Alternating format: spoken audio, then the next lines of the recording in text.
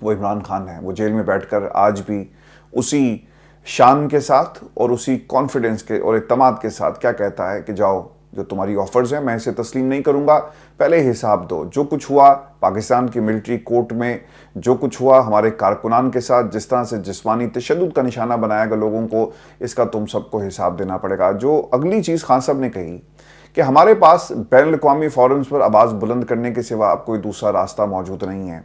اس حوالے سے میں عالمی انسانی حقوق کے اداروں کو ایک خط بھی لکھوں گا تاکہ ان بے قصور شہریوں کی آواز بن سکے.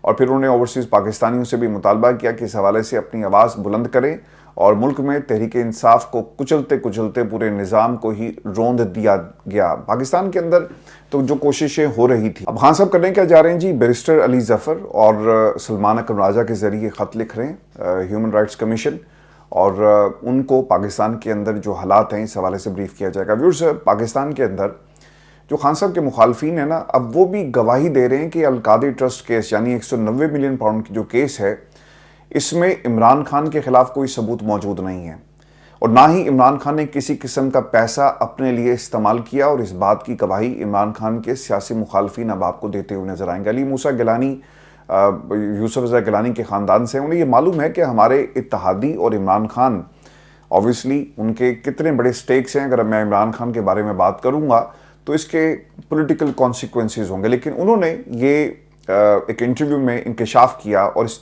چیز کو تسلیم کیا کہ عمران خان اور بشرا بی بی کے اکاؤنٹ میں کوئی پیسہ نہیں آیا, مگر ملک ریاض کی جیب میں تو گیا. فائدے کے طور پر القادری ٹرسٹ کی زمین لی گئی. مانتے ہیں کہ القادری ٹرسٹ کی زمین بک نہیں سکتی, اس کا مانیٹری فائدہ عمران خان کو نہیں ہوگا, اور مگر ان کو فیم تو ملا بھی نہیں. مسئلہ یہ ہے کہ جناب چونکہ خان صاحب کا شملہ اونچا ہو گیا اور جو علم پاکستان کی عوام عمران خان کا اٹھا کر پھر رہی ہے, یہ کیوں ہوا؟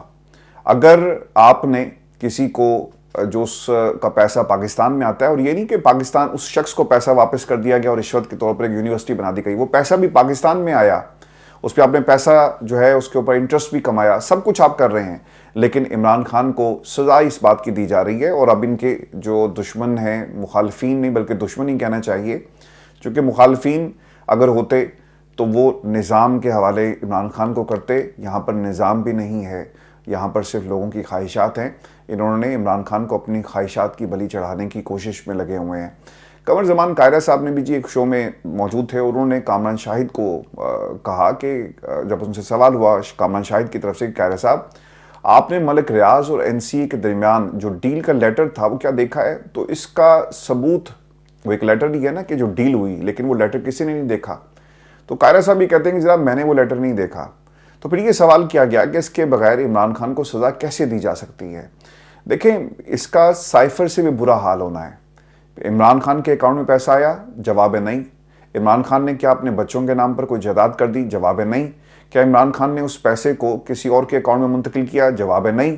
تو کیا پیسہ کہاں گیا؟ وہ پاکستان کے اکاؤنٹ میں آیا, سپریم کورٹ پاکستان کے اکاؤنٹ میں پڑا ہے. تو پھر عمران خان کو کس طرح سے سزا دی جا سکتی ہے؟ تو ویورز, یہ کیس سائفر سے بھی کمزور کیس ہے, اور یہ احساس پاکستان میں طاقتوں کو ہو چکا ہے.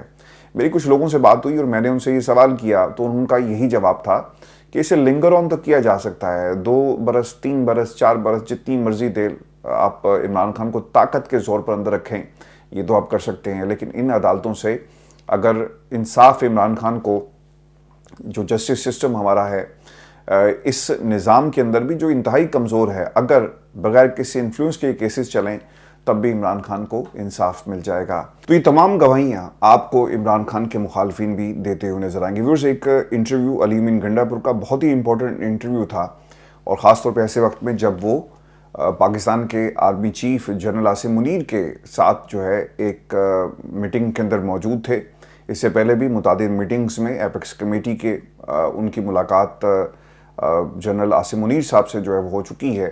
آج کی اس گفتگو کے اندر انہوں نے ان تمام جو واقعات تھے اس کا احاطہ کیا, اور افغانستان کے معاملے پر پاکستان کا کیا سٹانس ہے, کیا آپریشن کے پی کے اندر ہوگا اور وہ کس کی مرضی سے ہوگا, ان تمام سوالوں کا جواب دیا. پہلی چیز وہ یہ کہتے ہیں کہ افغانستان کے معاملے کے اوپر آرمی چیف کو ایگری کروایا کہ ہم ایک جرگہ قائم کریں گے جس میں بلوچستان اور ہمارے قومی جو مشیران ہیں اس میں شامل ہوں گے اور ہم بات چیت کے ساتھ سیز فائر کروا سکتے ہیں. یعنی اگر بات چیت آپ نہیں کریں گے تو اس کے بغیر کوئی حل نہیں ہے. آج آپ کو یہ دیکھنا پڑے گا ویورز, جو سب سے اہم نکتہ ہے کہ عمران خان ہمیشہ یہی کہتے رہے نا کہ جناب آپ کو ان سے بات کرنا پڑے گی, اور ان کا مذاق اڑایا جاتا رہا.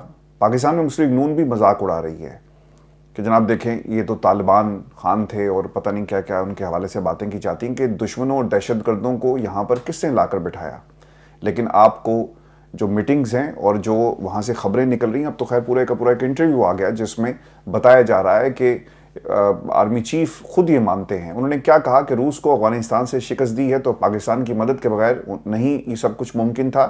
امریکہ افغانستان پر حملہ آور ہوا تو ہم نے ان کو اڈے دے دیے. اب اگر آپ کسی کے بچے مروانے کے لیے اڈے دو گے تو جواب میں تو پھول نہیں ملیں گے. تو یہ وہی گفتگو ہے جو خان صاحب ہمیشہ سے کرتے رہے.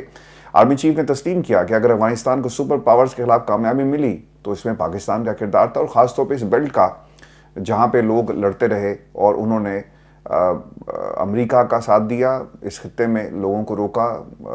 آپ کو پتہ ہے کہ سوویت یونین جو پہنچنا چاہتا تھا پاکستان کے ذریعے ہاٹ واٹرز, تو وہ کیا تھیوری تھی, وہ یہی تھیوری تھی نا. اور اگر اس کا قبضہ ہو جاتا تو امریکہ نے آ کر اس کا راستہ جو وہ روکا. اور پھر آپ کو یاد ہوگا کہ اپیکس کمیٹی کا اجلاس تھا جس میں ہیٹی ڈیبیٹ ہوئی بٹوین شہباز شریف اینڈ علی امین گنڈاپور, اور یہ بات ہم نے رپورٹ بھی کی تھی. تو اس کے بعد آپ کو یاد ہوگا کہ اس میں 26 نومبر کا حوالہ دیا گیا, انہوں نے کہا کہ آپ نے گولیاں چلائی ہیں. تو پھر آرمی چیف بیٹھے ہوئے تھے, انہوں نے کہا کہ آپ کے مذاکرات ہو رہے ہیں تو آپ یہ معاملہ وہاں پہ اٹھائیں اور اس کو وہاں پر آپ طے کریں. یعنی یہ پہلی دفعہ ایسا ہوا کہ 26 نومبر کے اوپر یہ معاملہ جب اس اپیکس کمیٹی میں اٹھایا گیا تو آرمی چیف کو اس کے اندر انٹروین کرنا پڑا, اور پھر انہوں نے کہا کہ آپ مذاکراتی کمیٹی کے اندر جائیں. تو اب ایک چیز کنفرمیشن یہ بھی آ گئی کہ یہ جو مذاکرات ہیں نا, اس میں پاکستان کی اسٹیبلشمنٹ کی بھی انوالومنٹ ہے, اور پاکستان کی اسٹیبلشمنٹ کم از کم نظر رکھ کے بیٹھی ہوئی ہے. جو ہمارے سامنے پکچر ہے کہ مذاکرات ہو رہے ہیں اور اس میں پاکستان کی حکومت کو باقاعدہ گائیڈ لائن دی جا رہی ہے. آگے 2 ایگزامپلز آپ کو میں چل کر دوں گا اور بتاؤں گا بطور دلیل کہ اسٹیبلشمنٹ اور حکومت کے لوگ جو ہیں وہ کس طرح سے ایک دوسرے کو آن بورڈ انہوں نے لیا ہوا ہے اور کیا وہاں پہ بات ہو رہی ہے. اب آرمی چیف کے بارے میں علی امین گنڈاپور اور کیا کہتے ہیں, وہ یہ کہتے ہیں کہ آرمی چیف فورسز کا سربراہ ہوتا ہے اور وہ وہی ہے, باقی اگر کوئی اسے باپ سمجھتا ہے, بھائی سمجھتا ہے, یہ اس کے ذاتی رائے ہے. میں محسن نقوی کو جب بھی ملتا ہوں تو ان سے یہی الفاظ میں یہ سوال کرتا ہوں کہ آپ نے گولی کیوں چلائی. آج انہوں نے ٹی وی پر بیٹھ کے یہ بات کی. پھر ہم اس خون کا ضرور حساب لیں گے چونکہ آرٹیکل 245 کا جو حوالہ وہ دے رہے ہیں نا, تو 45 آرٹیکل جو ہے جی اس میں پوری حکومت کابینہ کی اجازت سے آپ فوج کو بلاتے ہیں نا, تو پوری ذمہ داری پھر فوج پر عائد ہوتی ہے. جوڈیشل ریمانڈ کے حوالے سے 26 نومبر کو جو کچھ ہوا, پاکستان تحریک انصاف کا یہ مطالبہ ہے کہ ہم اپنے شہیدوں کو نہیں بھولیں گے. ریڈ زون میں لوگ گئے, گولیاں چلائی گئی, ڈی چوک میں جو کچھ ہوا اس کا بھی آپ کو حساب دینا پڑے گا. اب سوال یہ ہے جو ان سے پوچھا گیا کہ جب آپ محسن نقوی صاحب کو گلے ملتے ہیں تو پاکستان تحریک انصاف کو اس کے اوپر کافی جو اعتراض ہوتا ہے, تو اس پر انہوں نے کہا کہ میں عمران خان کی اس بات سے متفق ہوں کہ اگر اس چیز پر عوام بھی مجھ پر تنقید کرتی ہے تو میں گلہ نہیں کروں گا. ہم جو کر رہے ہیں عمران خان کے حکم کے مطابق کر رہے ہیں. قیدیوں کی رہائی ہم قانونی طریقے سے چاہتے ہیں, نہ کہ ایگزیکٹو آرڈر کے ذریعے, اور ججز پر پریشر ڈالنے کی ہماری کوئی جو ہے وہ کوشش نہیں ہے, اور نہ ہی ہم چاہتے ہیں کہ پریشر ڈالا جائے. اب انہوں نے ایک اور بات کہی کہ رینجرز والا معاملہ ہم پر ڈال دیا گیا. آپ کو پتا ہے کہ اس گاڑی کا مالک کون ہے, یہ انہوں نے سوال کیا, اور پتہ یہ چلا ہے جی کہ انہی کی پارٹی کے ایک سینئر رہنما کا یہ بھانجا تھا اور اس نے گاڑی چڑھائی اور ایف آئی آر جو ہے پاکستان تحریک انصاف پر کر دی جاتی ہے. تو ویورز, علی امین گنڈاپور کی گفتگو سے یہ نہیں لگ رہا کہ وہ خاموش بیٹھیں گے یا پاکستان تحریک انصاف کا موقف کمزور ہو گیا, یا پھر اس کے علاوہ جو ظلم اور بربریت پاکستان تحریک انصاف پر کی جا رہی ہے کہیں پر خاموشی آپ کو نظر آئے گی. آج بھی تحریک انصاف یہ کہتی ہے, آرمی چیف کی موجودگی میں کہتی ہے کہ 26 نومبر کو گولیاں چلائی, اور آرمی چیف خود سے یہ کہتے ہیں کہ آپ کے مذاکرات ہو رہے ہیں, یہ معاملات وہاں پر بیٹھ کر آپ طے کریں. تو جو پاکستان تحریک انصاف کا موقف تھا آج بھی وہیں موجود ہے, اور عمران خان اس موقف کو لیڈ کر رہے ہیں. آپ نے ان کی گفتگو جو جیل میں انہوں نے کی, اور پھر علی امین گنڈاپور کا, آپ کو اس کے اندر کہیں بھی تضاد جو ہے وہ نظر نہیں آئے گا. ویورز, جو 2 میں نے آپ کے سامنے کہا کہ دلائل ایسے گواہ جو اس وقت موجود ہیں جو یہ پورا ایپیسوڈ لیڈ کر رہے ہیں. شہباز شریف صاحب کی کیا اوقات ہے؟ رانا صاحب کا جی ایک انٹرویو, اور انہوں نے کہا کہ اگر پنڈی میں لچک نہیں ہے تو مذاکرات کی کامیابی کا کیا امکان ہے. جو ہمارے ساتھ مذاکرات کر رہے ہیں ان کو چاہیے کہ ہماری بساط کے مطابق ہمارے سے بات کریں، معاملے کو آگے چلائیں۔ اگر عمران خان بنی گالہ جانا چاہتے ہیں تو بڑے شوق سے عدالت جا کے یہ کہہ دیں کہ میں بیمار ہوں، جیسے کہ نواز شریف نے 2019 میں عدالت کو بتایا کہ وہ بیمار ہیں۔ عمران خان جوڈیشل کسٹڈی میں ہے، حکومت کی کسٹڈی میں نہیں، رہائی کا معاملہ عدالت ہی طے کرے گی۔ دیکھیں آج یہ خبر بھی سچی ثابت ہو گئی۔ آپ کو یاد ہے کہ آفر ان کو کروائی گئی کہ ٹھیک ہے آپ بنی گالہ شفٹ ہونا چاہتے ہیں، ہم آپ کو کر دیتے ہیں، یہ آفر آپ کے سامنے موجود ہے اور اس کے اوپر عمل کیا جا سکتا ہے۔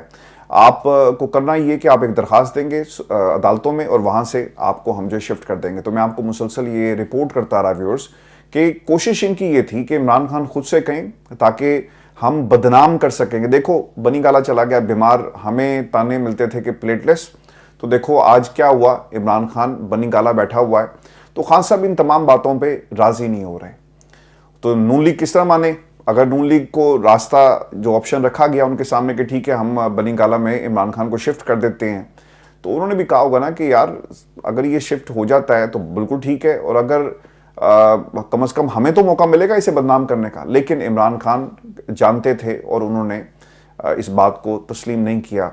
میں بھی آپ کو یہ بھی خبر دے دوں کہ جو اسلام آباد ڈی چوک میں جو واقعہ ہوا اس میں کچھ زخمیوں کے زوم کے اوپر ایک میٹنگ ہوئی ہے، اور اس میٹنگ کے اندر ان کی آپ بیتی کیا تھی۔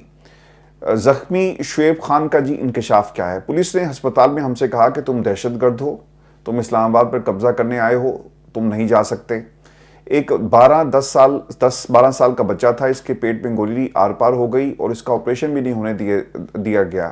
ایک اور زخمی کارکن عمران کا انکشاف کہ مجھے 3:30 بجے گولی لگی اور اس کے بعد مجھے پیمز ہسپتال لے جایا گیا تو وہ بند تھا۔